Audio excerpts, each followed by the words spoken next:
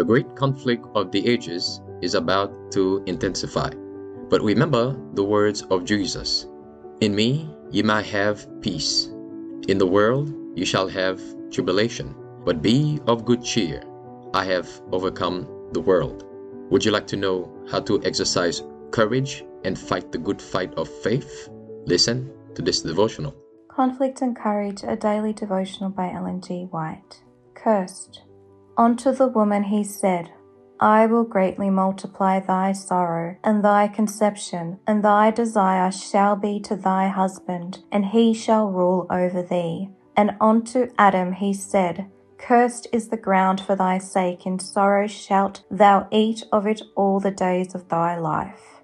Genesis 3:16-17. Eve was told of the sorrow and pain that must henceforth be her portion. In the creation, God had made her the equal of Adam. Had they remained obedient to God in harmony with His great law of love, they would ever have been in harmony with each other. But sin had brought discord, and now their union could be maintained and harmony preserved only by submission on the part of the one or the other.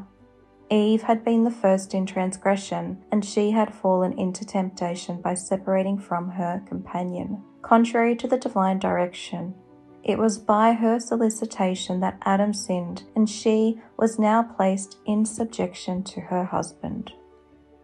Eve had been perfectly happy by her husband's side in her Eden home, but like restless modern Eves, she was flattered with the hope of entering a higher sphere than that which God had assigned her.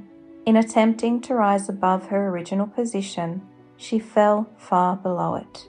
A similar result will be reached by all who are unwilling to take up cheerfully their life duties in accordance with God's plan.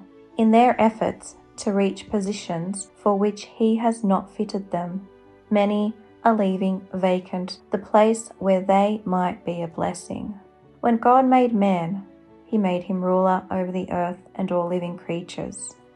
So long as Adam remained loyal to heaven, all nature was in subjection to him. But when he rebelled against the divine law, the inferior creatures were in rebellion against his rule. Thus the Lord, in His great mercy, would show men the sacredness of His law and lead them by their own experience to see the danger of setting it aside, even in the slightest degree. And the life of toil and care, which was henceforth to be man's lot, was appointed in love. It was a discipline rendered needful by his sin, to place a check upon the indulgence of appetite and passion, to develop habits of self-control. It was a part of God's great plan for man's recovery from the ruin and degradation of sin.